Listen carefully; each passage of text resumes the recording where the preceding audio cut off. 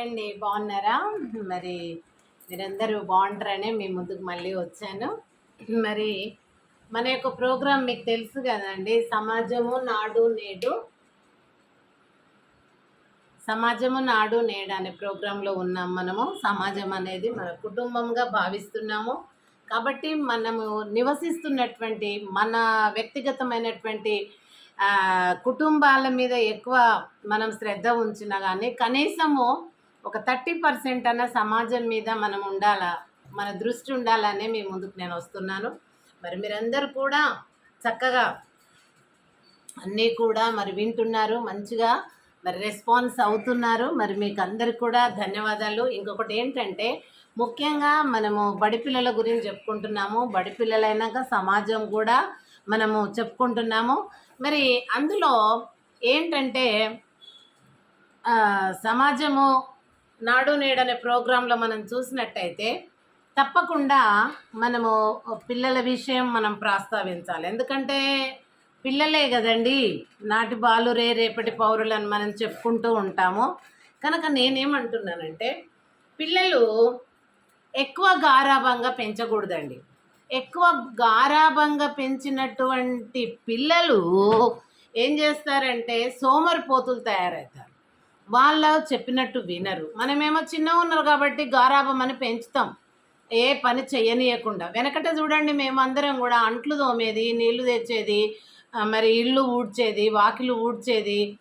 మరి మా అమ్మని చూసి కలాపి చల్లడము, ముగ్గులు వేయడము. మాకు చిన్నప్పుడు రంగవల్లిలో పోటీలు కూడా ఉండేది. ఇప్పుడు కూడా మా స్కూల్లో మేము పెడతాం. కానీ ఆ రకంగా ప్రతి వాకిట్లో వీక్లీ వన్స్ ట్వైస్ కలాపి చల్లి పెండ నీళ్ళు అది ముగ్గులు పెట్టి చక్కగా చూసి సంతోషించేది.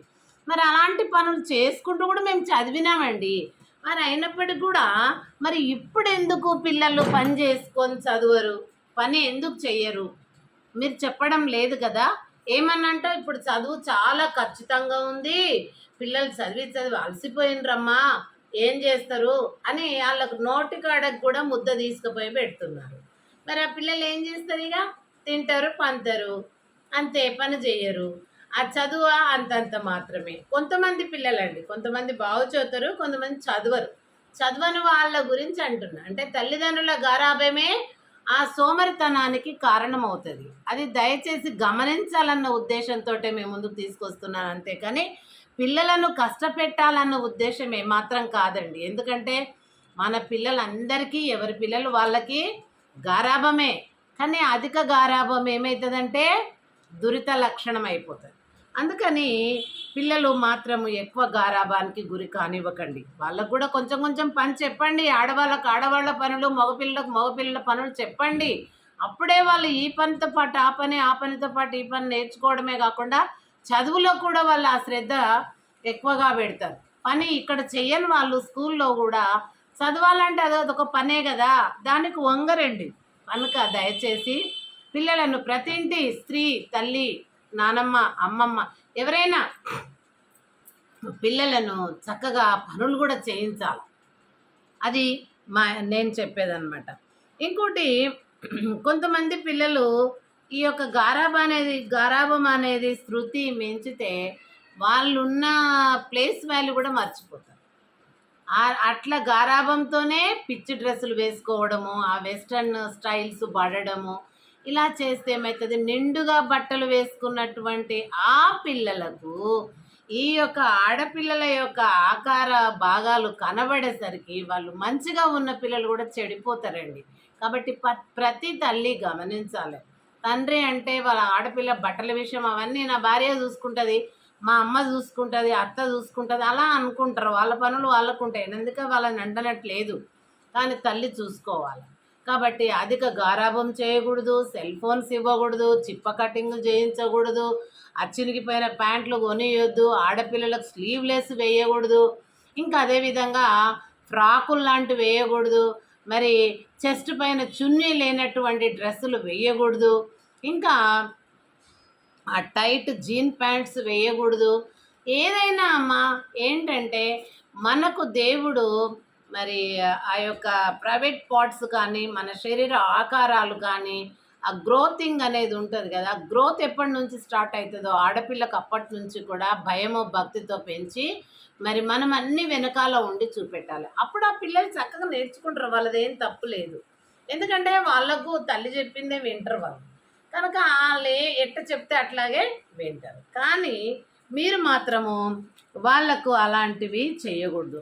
ఇంకొకటి, సెల్ ఫోన్లో పిల్లలకు ఇప్పించకండి.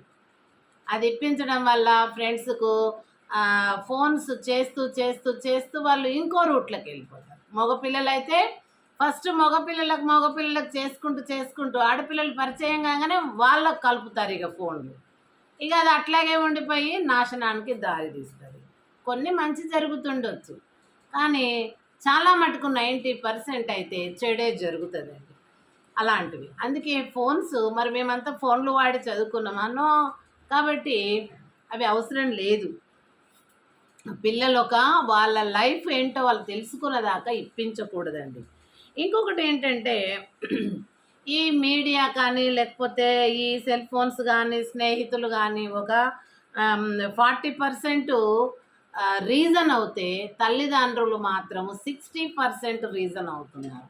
ఎందుకంటే అన్నీ వాళ్ళ కళ్ళ ముందే వీళ్ళు చేస్తూ ఉంటే చూసి ఊరుకుంటున్నారు, వాళ్ళను సరి అయిన పద్ధతిలో నడిపింప చేయట్లేదు. అందుకని అలాంటివి చేయకుండా మీరు గమనించండి. మొత్తం మీద ఏంటంటే ఇప్పుడు పిల్లలు చిన్నప్పటి నుంచే వాళ్ళు మరి మంచి బట్టలు వేసుకునేలాగా తల్లి చూడాలండి. ఇంకా మైనర్ పిల్లలకు ఏవి ఇవ్వకూడదు, బైకులు ఇవ్వకూడదు. అదేవిధంగా మళ్ళీ అంటే మీ పిల్లలను కష్టపెట్టండి అని చెప్పటం లేదండి. మీ పిల్లలైనా మా పిల్లలైనా పిల్లలే, నేను ఇవ్వకూడదు, మీరు ఇవ్వకూడదు. ఇంకా పుట్టబోయే పెరిగిపోయే పిల్లలకు కూడా వాళ్ళ వాళ్ళ తల్లిదండ్రులు ఇవ్వకూడదు. ఎందుకంటే ఇవే నాశనానికి కారణం. మన పిల్లలు నాశనం అవ్వడమే కాకుండా సమాజాన్ని కూడా మన పిల్లలు నాశనం చేస్తారు ఇలాంటి పద్ధతిలో ఉన్నటువంటి వాళ్ళైతే. కాబట్టి దయచేసి ముందు వేషాధరణ, వాడే సెల్ ఫోన్స్, వేసుకునేటటువంటి అవి ఆ కటింగులు, ఇలాంటివన్నీ కూడా ముందు రోజుల్లో ఉన్నట్టుగా మీరు అవి ఆచరణలోనికి తెండి. ప్రతి కుటుంబంలో ఉన్నటువంటి పెద్ద చిన్న అందరూ గమనించాలి. అందరికీ థ్యాంక్ యూ అండి. నా యొక్క ఛానల్ జీపీఎల్ జీసీని మీరు ఆదరించి మరి మీరు అది లైక్ చేసి, షేర్ చేసి, కామెంట్ చేయండి అంటున్నాను. మన ప్రోగ్రామ్ను డెవలప్ చేద్దాం. Thank you so much.